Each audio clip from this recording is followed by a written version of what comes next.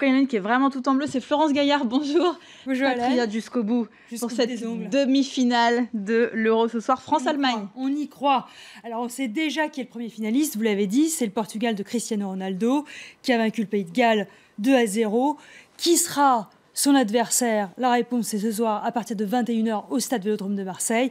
Et nous, évidemment, on soutient la France. Alors pour aujourd'hui en France, c'est le grand soir avec un choc au sommet. Pourquoi? Parce que l'Allemagne est championne du monde, mais aussi parce qu'elle est une rivale historique de la France, et pas qu'en sport. On oppose souvent l'efficacité économique allemande face aux grèves françaises, l'exemplarité de Berlin dans l'Union européenne qui contraste avec les avancées et les reculs de Paris, et le football sérieux et solide de la Mannschaft face à des bleus plus volatiles, plus versatiles. Ce soir, c'est donc plus qu'un match, et les politiques le savent bien. On va donc retrouver François Hollande dans les tribunes du stade Vélodrome de Marseille, le président français à qui une victoire sur l'Allemagne ferait le plus grand bien. Angela Merkel, elle, a promis de venir, mais seulement si ses joueurs se placent en finale. Les Bleus, est-ce qu'ils ont une chance de le remporter ce soir, ce match? Hélène, vous vous posez la même question que le Figaro. Les Bleus vont-ils conjurer la malédiction allemande? Alors la France n'a pas battu l'Allemagne dans un grand tournoi depuis 1958, ça fait quand même un bail, et sa dernière victoire en match amical remonte au 13 novembre dernier, c'était le soir des attentats. Pour le Figaro, les Bleus sont donc face à un défi colossal avec un K, comme beaucoup de mots en allemand.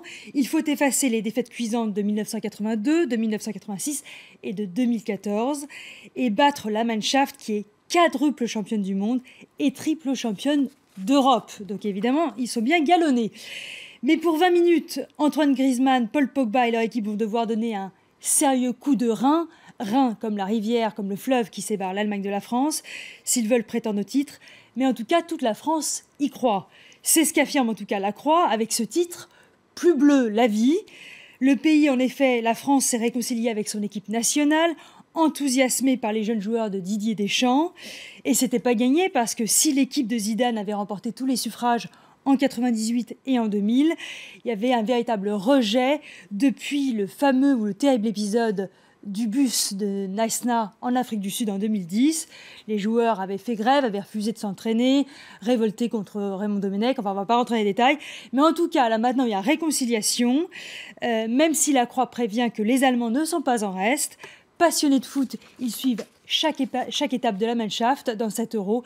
Les chaînes allemandes qui diffusent les matchs battent des records d'audience. Encore plus que TF1 et M6. Voilà pour le foot, on aura le verdict ce soir aux alentours de 23h à l'issue de ce match. Autre titre ce matin dans la presse française, le Brexit et ses conséquences économiques. Alors Pauline en a parlé, les signaux d'alarme s'enchaînent depuis le référendum avec des fonds immobiliers gelés, des banques affaiblies et une livre sterling au plus bas.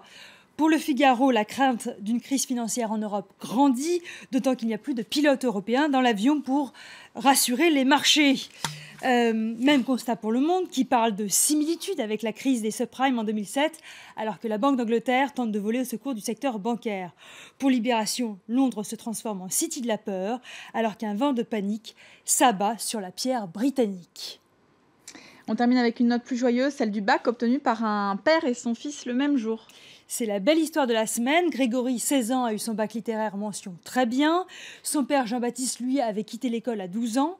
Mais 30 ans plus tard, cette année, il a repris les études pour passer un bac pro commerce.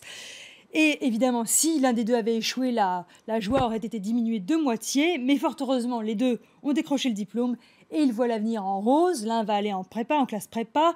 L'autre va monter son entreprise. Et comme on est à Lyon, la capitale de la gastronomie, devinez où on a fêté ça, Hélène ? Dans un bouchon. Dans un bouchon, en tout cas au restaurant, et toute la famille était très contente. À lire dans 20 minutes ce matin. Merci beaucoup Florence pour cette revue de presse.